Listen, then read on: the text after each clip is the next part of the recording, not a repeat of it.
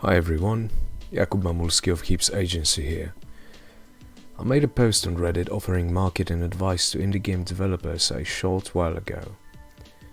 Here are some of the questions and answers. The full thread is linked in the video description or the copy of the post depending on the platform. If you are looking for a marketer for your game, write me a message at jakub@heapsagency.com or DM me on LinkedIn. And now let's get to it. Okay, so the first person asked me, what's the easiest post content that brings back the most engagement to the product? And I responded with, I'm going to be very specific in terms of games, mobile live service games to be exact. LiveOps usually provides plenty of good offers to players, whether it's discounts, events and such.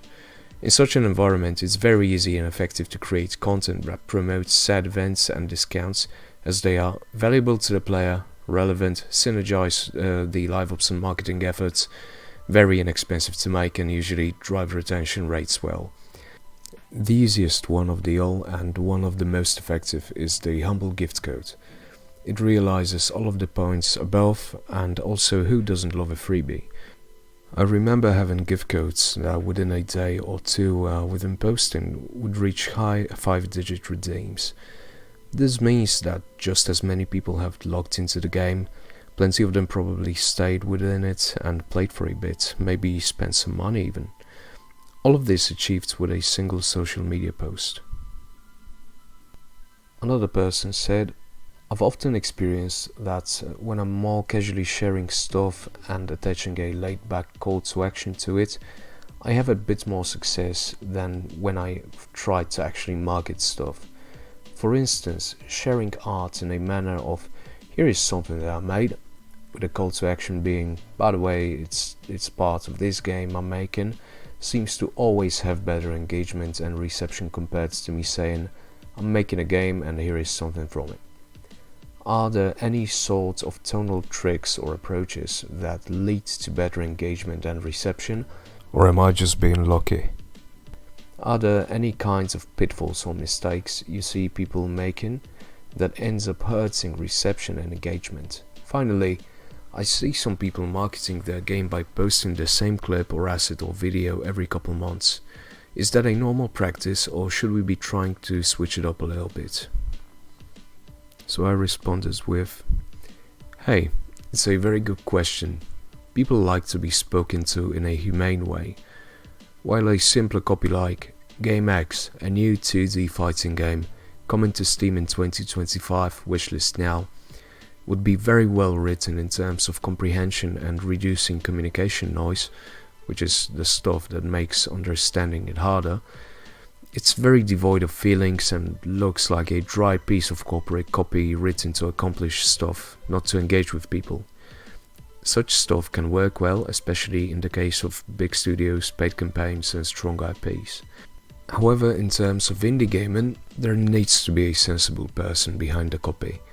Therefore, writing something like, here is a kick-ass clip from my game called Game X, it's coming in 2025, fancy giving it a look on Steam, while theoretically worse, may be more engaging to people as it's not as dry as the copy I wrote above.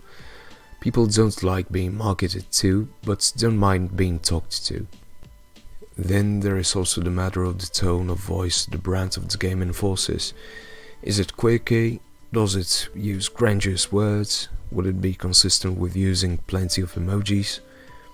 These are all valid questions, and it's usually worked out in detail over time, but optimally before the communications even start. The next person asked me, do you recommend paid promotions versus organic? If yes, why? If no, why? Thanks. So I responded with, it's not a matter of choosing either one, as they both have their place in communications. Organic communications usually aren't costly to make, will let you nurture your audience community, and you'll be able to build long-lasting relationships with people. Paid promotions are great for user acquisition, increasing brand awareness and market research. They serve different purposes, and it's optimal to combine them both. Of course, some games, an example mobile gachas, are more tilted towards getting more and more users, so paid traffic is more important than the organic.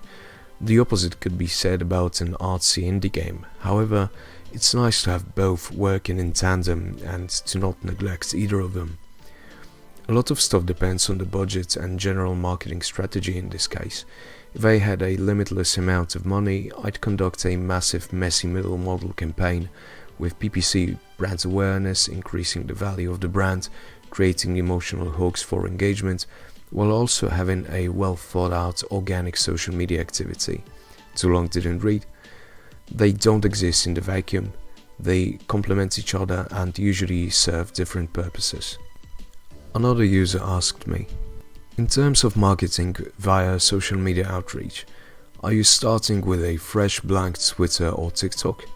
How do you go about facilitating the initial engagement with a fresh account?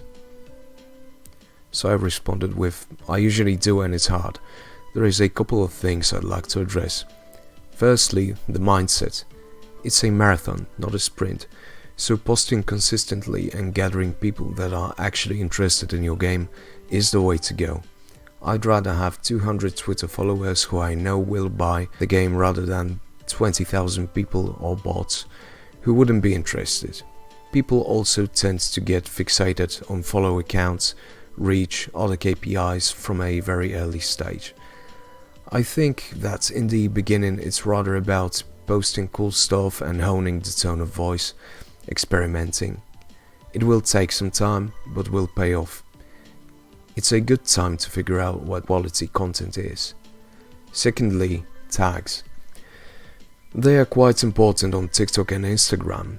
I usually tend to go pretty broadly, but also do some research on more specific ones. In regards to Twitter, hashtag #WishlistWednesday and others like it is a fun, generally accepted way of reach out. You can also try posting about the ongoing trends and dramas to reach out to a broader audience, but people can smell BS from a mile, so I'd recommend being very cautious. Thirdly, you can always toss money to build an audience. It gets costly, but does the trick. The next user asked me, how important is the algorithmic launch day Steam boost? Would it be sensible to delay a launch until a number of wishlists to give it momentum on the platform, or does it not matter hugely over a 6-month period with other platforms driving clicks to the store page? So I responded with the following. It's insanely important.